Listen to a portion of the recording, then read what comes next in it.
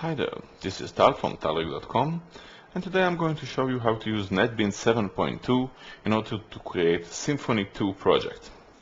Now, we have to have something already ready for us before we start working. We need to have obviously the Netbeans working and installed. We need to have Apache or equivalent web server, and we need to have PHP working and installed. I also recommend to use Xdebug for later projects. You also need to download Symfony2. You do it from the Symfony.com site. You can download the archive. You don't need to decompress the archive. Again, just save the fully archive in a place in your computer that you can find it later. As always, you can find everything that you like to know about this in my site www.talrec.com with detailed instruction and all the addresses that we use and the project that we use in this tutorial. So let's begin. The first thing is configuration Netbeans in order to use Symfony2.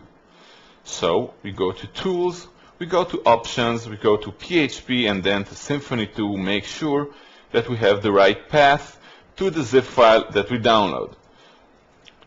The second thing will be to create a new PHP file that uses the Symfony2 platform. Now we're going to click New Project, a PHP application.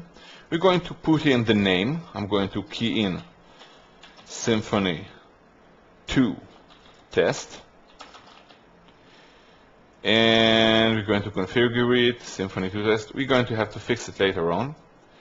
We're going to make sure that it's going to copy this to our htdoc folder. We're going to click Next. We're going to select Symfony2. If you have errors here, that's probably because you didn't select the right path for your Symfony archive. And we're going to click the Finish button in order to let Netbeans do the work for us and create the archive and all the other files to be extracted. Now this is going to take a little while since there are a lot of files to decompress from the Symfony2 archive. Now, when it's done, we're going to first change the path of the project in order for us to run it easily, and it has to be under the web folder, and we're going to use app_dev.php as the index file. We're going to click the Run button. So here you can see the Symfony2 default application with the demo, by the way, under appdev.php. Let's click Run the demo. Let's click Hello World. And here you can see Hello World project up and running without us writing any code. Notice here, Hello World in the title.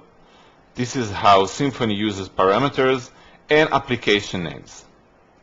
So now let's write our own application. It's going to run on the local machine but also on remote machine, which basically this is all about. So we're going to click Symfony2 and then Run command. We're going to have a lot of commands to choose from. Luckily we have a filter. We're going to start writing the bundle word and we're going to press the Run command. Now Symfony will ask us what is the bundle namespace, which is acme/hello bundle. It can be anything, but it has to end with a bundle with a capital B. And it's going to ask us for the bundle name. We're going to leave it at the default. The target directory is good enough. And it asks us for the configuration format, which we are not going to use the default, but we are going to key in YML. And do we want to generate? We're going to answer no. And continue generation, yes, yes. Just accept the default. And that's it. We're done. And let's see this thing in action. So first of all, yes, the default, which was created for us. And we're going to put here hello. And then we're going to say Symfony2. And lo and behold, we have the application working.